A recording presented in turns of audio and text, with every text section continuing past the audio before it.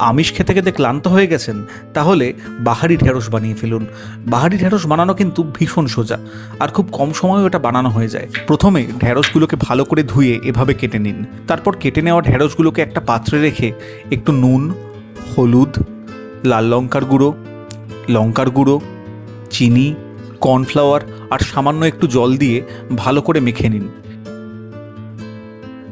এরপর আপনাকে মশলাটা বানিয়ে ফেলতে হবে। পোস্ত, খরমুজের বীজ, কাজু, কাঁচা লঙ্কা আর জল দিয়ে মিক্সিতে ভালো করে পেস্ট করে নিন।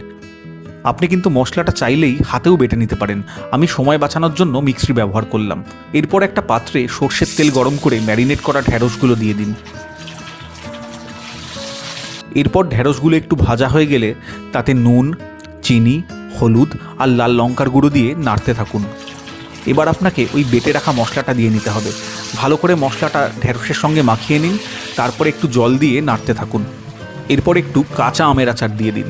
কাঁচা আমের আচার বানানো ভীষণ সোজা, তবু আমি কমেন্ট বক্সে কাঁচা আমের আচার বানানোর রেসিপিটা দিয়ে রাখলাম।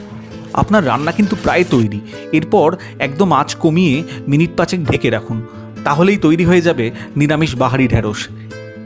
এরপর গরম গরম ভাত কিংবা রুটির সঙ্গে এই নিরামিষ বাহারি ঢেঁড়স খেয়ে বলুন কেমন হয়েছে খেতে।